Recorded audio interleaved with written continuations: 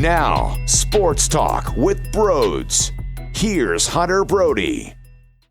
I don't know how much longer I can do this. Honestly, I don't know how much longer. I just watched Neil Walker pitch in a baseball game where the Phillies got demolished by the Orioles, and oh, by the way, they got swept, and now they're 5-9. This team sucks. It's so brutal, but it's almost like the best way I can put it is when there's a car crash. Nobody wants to see that, but when you drive by it, you have to look. This is the equivalent. This is what you are literally going through when it comes to this Phillies season. Neil Walker, the guy who played first base today, finished out the series by pitching. He was on the bump because this bullpen can't do a damn thing. Their ERA went up to 10.13. They allowed 48 earned runs in 42 and 2/3 innings. It sucks watching this team play, but once again, I can't stop. I can't stop sitting there and laugh. I'm dying laughing by myself. Tears are running down my face because it's comedy. It's pure comedy that Austin Davis continues to go out there, that these guys walk into the game and get murdered instantly. The ball instantly leaves the ballpark. Poor Connor Brogdon. And I was one of the guys that said, well, just bring up Brogdon. He's at least intriguing. And by default, yeah, you had to bring him up. I knew it was way too early. I knew he wasn't really ready. But we know Austin Davis doesn't work. We know Guerra doesn't work. We know Tommy Hunter doesn't work. We know these guys don't work. So I figured, you know what? Bring the damn kid up. And sadly, here he goes, chucking his first pitch in the major leagues. And see you later. He's watching it leave the ballpark. I feel bad for the guy. He got thrown into a situation that realistically wasn't ideal for him, but that's what happens when Matt Klentak and this front office can't actually build a bullpen. The fact that they put all this money into this roster and they came up with this crap in the bullpen is totally one of the most embarrassing things I've ever seen out of a professional sports organization. Truly, I mean that. How about Alec Bohm? He finally gets the nod. We're all excited. He had a nice day. He had the double. He also started out by having a double play. He had warning track power at one hit. But who cares at this point? The bullpen is historically bad. Oh, by the way, one of the things that we discussed about Alec Bohm was his defense, and we questioned if he was ready. If he was ready to defend at this level, at the hot corner. You could argue that fifth inning when Jake Arrieta got rocked, that he should have been able to make one of those plays with one out, turn two, boom, inning over. Now, I'm not going to sit here and crucify the man because of that one scenario, but that was a discussion. It was a hard-hit ball. No doubt about it, it was crushed. But I feel at the major league level, that's a play that you are going to have to make. Once again, I'm not insanely crushing the guy. I'm just throwing it out there because it needs to be discussed, because that was one of his flaws heading into the major leagues, and I think you saw it on display, and that inning went totally out of control, and it could have been stopped. Nolan Arenado, who's arguably the best ever dude at that position, would have did it with his eyes closed and then threw it to second base behind his back, because that's how talented he is. But some guys in the major leagues would have did that easily. They would have did it blindfolded. We need to get to that level. Probably not realistic, but you get my point. 11-4. What an ugly loss, and what a hideous series by this Philadelphia Phillies team. This episode of Sports Talk with Broads is sponsored by Orbit Energy and Power. With over 20 years of experience in the solar industry, they are home to your solar experts in both residential and commercial projects. They are dedicated to making sure your project is completed easily and properly by using high-quality materials and trained professionals to get the job done right. Make sure you check out their information. It is in the description. I feel bad for Bryce Harper. I really do. I feel bad for JT Realmuto. Those two guys are really carrying the squad.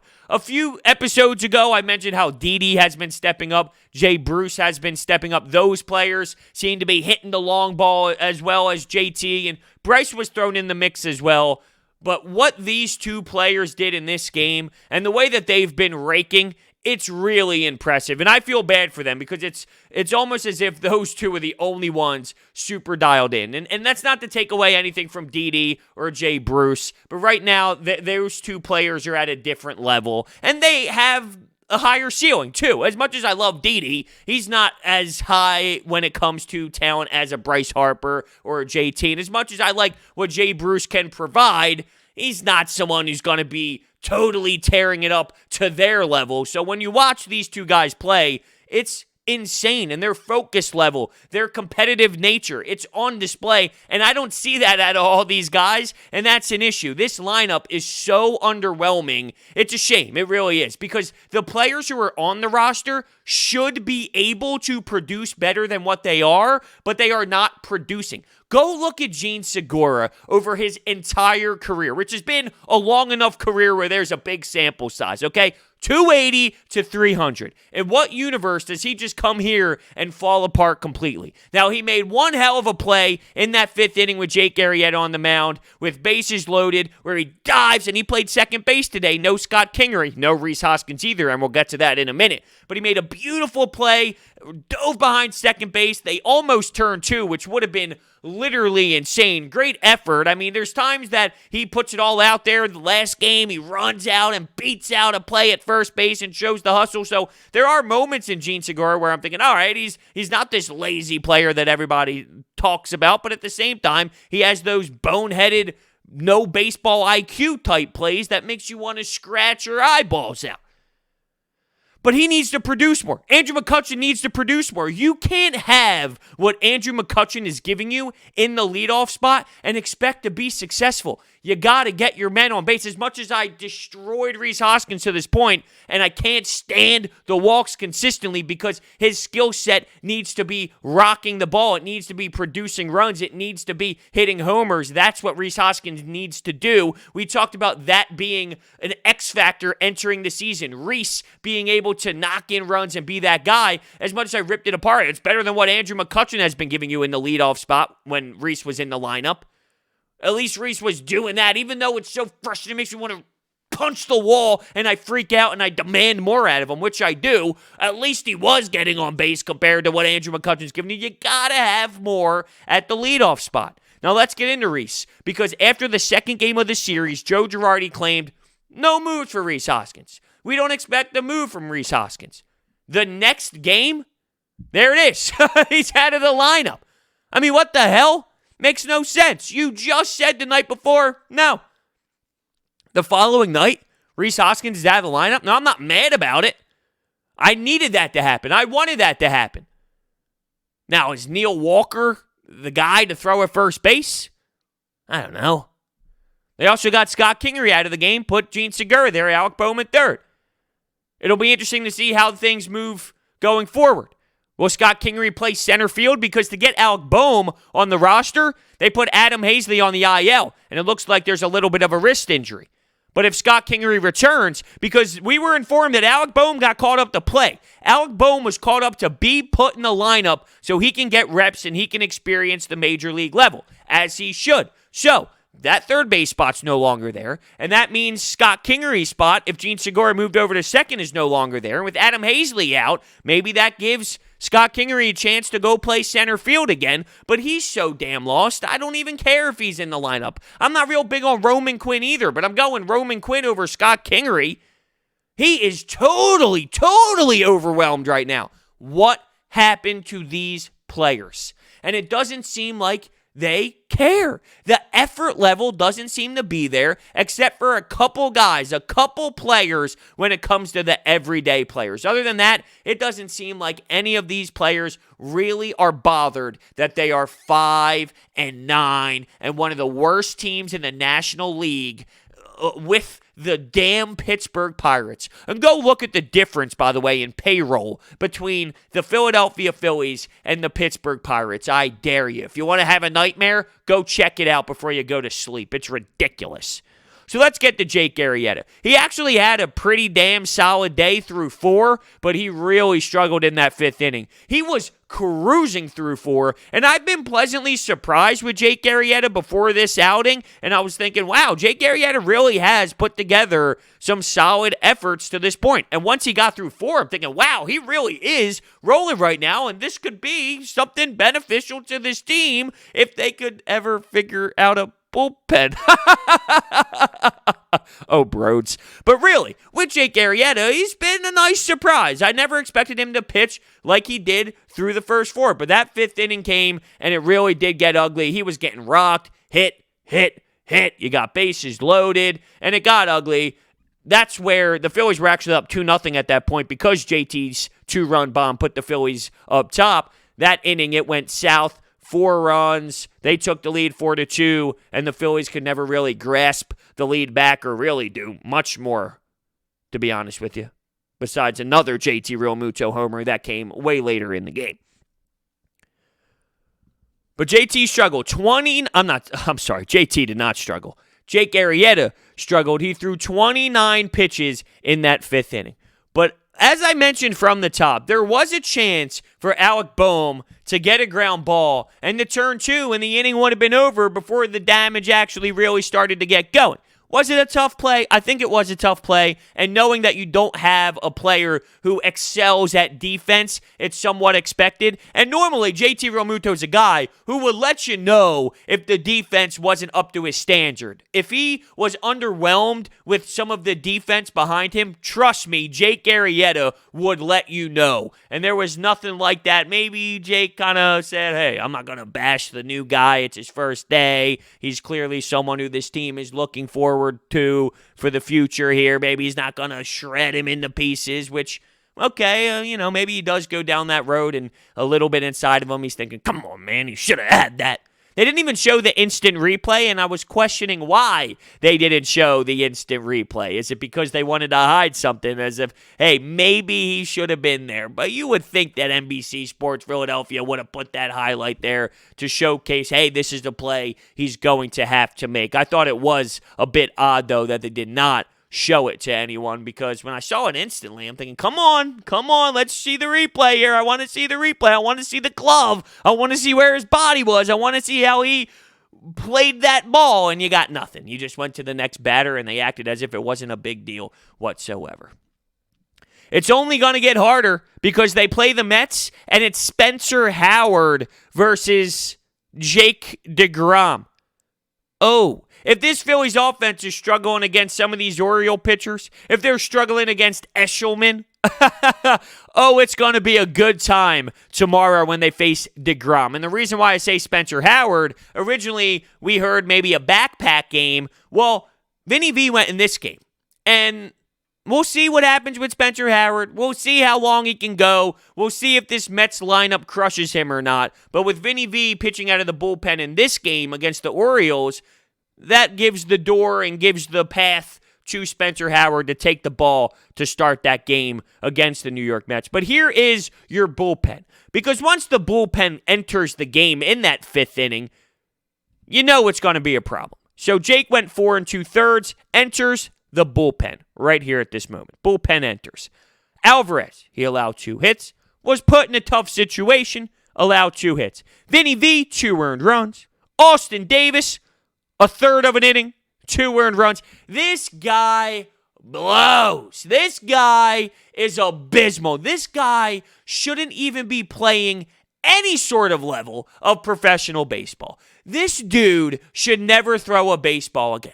And that might seem harsh, but I don't care.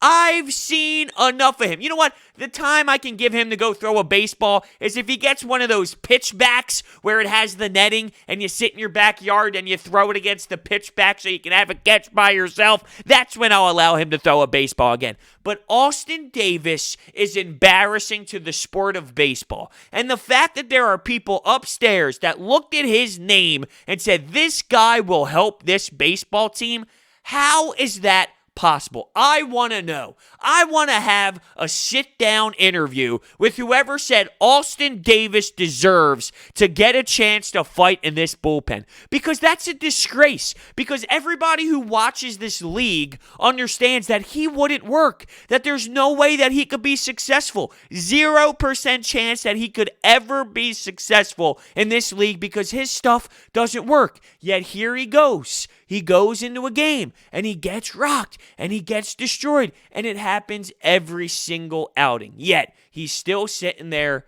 Every game, he puts on the damn uniform, and it's ridiculous. I mentioned Brogdon put in a really tough spot. I was rooting for the kid to get a chance because he has some intriguing stuff. But as I kind of mentioned, I think it was last episode, the last podcast with the Phillies, there's a snowball effect when it comes to the morale. And right now with the morale of this bullpen, it's so negative that it just affects the entire room. When you walk into a room and you feel those negative vibes and you understand that not everyone's happy and it's gloomy and it's dark, it rubs off on everyone. And I think that with this kid, he gets thrown into the fire, he gets into a tough position. He's got the jitters of being in his first MLB game, and because the morale is just so bad, he was affected by it. And I do think it's a little early for him. In an ideal world, Connor Brogdon would have never got this MLB debut. But sometimes you're dealt a bad hand, and he was, and it wasn't the best. But I'm sure he'll get another chance. And all these guys, I think he at least deserves another chance in there, but I'm not expecting him to walk in and be a shutdown guy anyway. I just know that the alternative is so bad that it's worth a chance at this point because we already know Austin Davis doesn't work. We already know these guys don't work. Neil Walker gets the job done. This bullpen sucks. It sucks.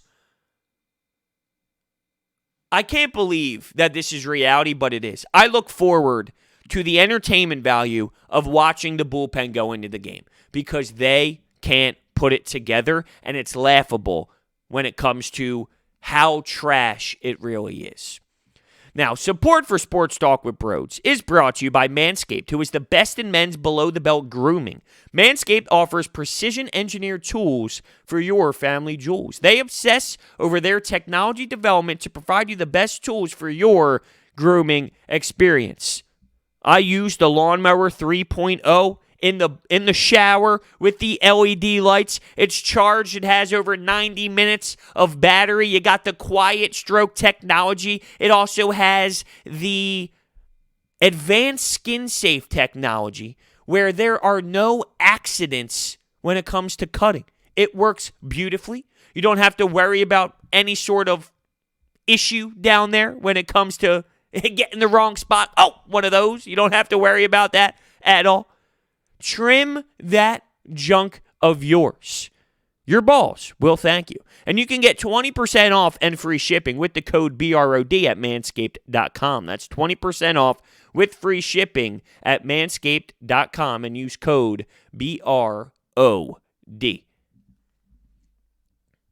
I feel like I'm dreaming when it comes to this team. We talked about how important it was to start off hot. Well, it's a 60-game season. You got to start off hot. They're 5-9 and one of the worst teams in the league.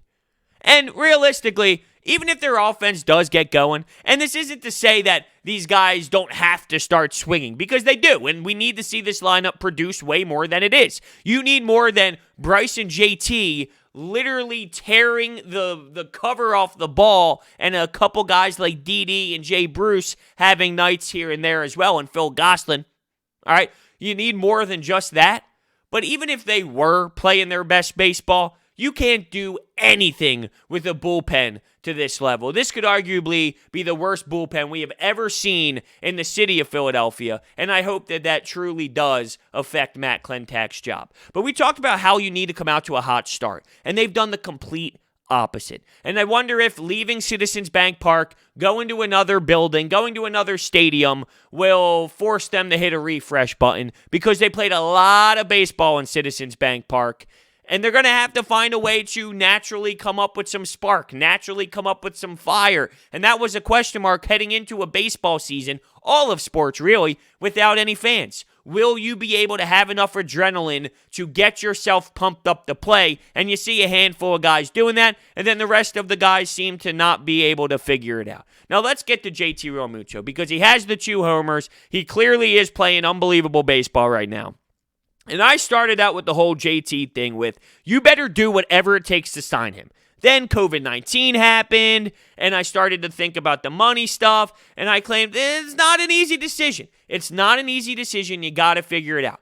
Now we're learning that the two parties haven't even had any sort of conversation, and now I'm getting frustrated again with how this is handled. I think it's fair to truly assess the situation of age and money and free agency and what his market is. I think it's fair to look at that and not just say, hey, JT, what do you want? We'll give you anything in the world that you want. We don't care. Oh, you want $300 million? Okay, yeah, we'll give you that. Oh, you want $400 million? Oh, we'll do whatever you want, JT. Obviously, those numbers are a little ridiculous. You're looking in that $23 million range, but I'm just being over obnoxious to prove my point up. I'm not just giving him whatever in the world. But what bothers me about this is they didn't even have the conversation. And with the way that he's playing right now, I think it shows you he is important if you really want to succeed with Bryce Harper long term. You lose him, and it's even tougher to start the rebuild. And with Rhys Hoskins playing really poor, and with the DH in the National League, I think it does open up the door more. Because, okay, if he can't catch anymore and he starts to get older towards the back end of that contract, he can play first base. He could DH. And I'm more open to that now because Rhys Hoskins is clearly a little bit of a mess right now mentally, and I don't see a way for him to really be a difference maker again. Well, that opens up first base if down the road that catcher position is no longer in play due to his age because he's already 30, and you're looking at a longer-term contract-ish, that 5-6 year type deal to the point where, hey, he's 35 years old. Is he still going to be able to hold up behind the plate? Right now, it's, oh, of course, bros. What do you mean? Look at him. Yeah, well, with the snap of your fingers, that's how the catcher position goes, and it falls off real quickly. And at his age, you do need to question later on down the road with that contract. So I'm starting to realize, hey, I think they do need to do it. You got to assess everything involved, and I think there's enough time at this point to properly understand COVID, to understand the market a bit more. Now you're getting that information. Now you sort of know how everything seems to be playing out. Now you need to reassess. And once you reassess and see the way that he's playing and look at the two guys on this team that clearly has the most passion when it comes to playing the damn game, how do you let one of those players leave at this point? And I think you got to be cautious with it, but you need to strategically look at your roster and realize, well, now there's more opportunities based off of Rhys not being back at where you need him to be and probably not getting back there ever. And the DH is in play. You got to look at this differently now, and you got to start the conversations. The fact that the conversations have not even started is one of the most pathetic things in the world. Even if they do believe, hey, look at him, look at his age, you still talk to the man. It blows my mind that there hasn't been communication. And that shows me that there is an issue up top, and it scares me that that's more of a John Middleton thing than a Matt Klentak thing. Because if John Middleton truly wanted the man here to stay long term, then it would have happened by now. Then the talks would have happened by now. So something tells me this is a combination of Matt Klentak and John Middleton, or else John Middleton would have put his foot down and made it happen, just like he did with Bryce Harper in free agency when they got the big signing done. So JT conversation's not going away anytime soon, but I like to give you my timeline on where I was throughout it because, there was a time where I thought, look what you gave up. You gave up Sixto. You got to make sure that you do whatever it takes, whatever's in your power, that he's in a Phillies uniform again. But once COVID came into play, I thought it was fair to look at the market in a different way. Because whether you like it or not, this is a business, and with the ticket sales not being there and everything happening involved with having people in the arena, that plays a role. I know people don't want to hear that because, the billionaire owner has to pay people, Okay, you know what? I'm sorry to break it to you. That's why they're so successful as business owners, because they do value the money side of things, and that's why they are as rich as these people are. But at this point, there's enough information, and there was enough time to gather the information that you needed, and there's enough time to see what he is playing like right now, and there's enough time to assess the roster to see that JT is truly needed if you don't want a glaring hole, another glaring hole in this lineup for years to come. So you got to figure it out. I'm sorry, you got to figure it out. And I don't know if allowing him to test free agency is the move, if he's going to be destroying the baseball like he's doing right now, because there's going to be a team willing to do it, and it only takes one. And I'm sure at this point, because of how this is all playing out, JT's not so happy with everybody. I'm sure the conversation with JT and his family is, I really just love the Phillies. I'm just so happy with the Phillies right now. There's no way in hell. My only hope is that he wants to play with Bryce Harper. And Bryce Harper is in his ear going, Jacob Tyler, sign here, damn it. We need you. That's my only hope. That and the obnoxious fans screaming through the fences, sign JT, sign JT. Because he wasn't getting that in Miami. But I'll tell you what teams would love him. All the big markets willing to spend for him. With better rosters, with better bullpen arms, with better pitching all around. So, I don't have faith in this front office at this point. And I think they need to realize you got to keep him here at this point. Yeah, you have to. You have to. Maybe they feel the pressure from the fan base as well. And realistically, the fans should never be a reason why you do something. You should never do something because the fans want you to do it. But could you imagine the backfire on this one? It would not feel good, I'm sure. We'll see how it all plays out. Thank you all so much for listening. Remember, this episode is sponsored by Orbit Energy and Power. Check out their information. It's in the description. And Manscaped. Use the promo code BROD at manscaped.com for 20% off and free shipping of the Lawnmower 3.0. Your balls will thank you. Thank you so much for listening, and I will see you next time.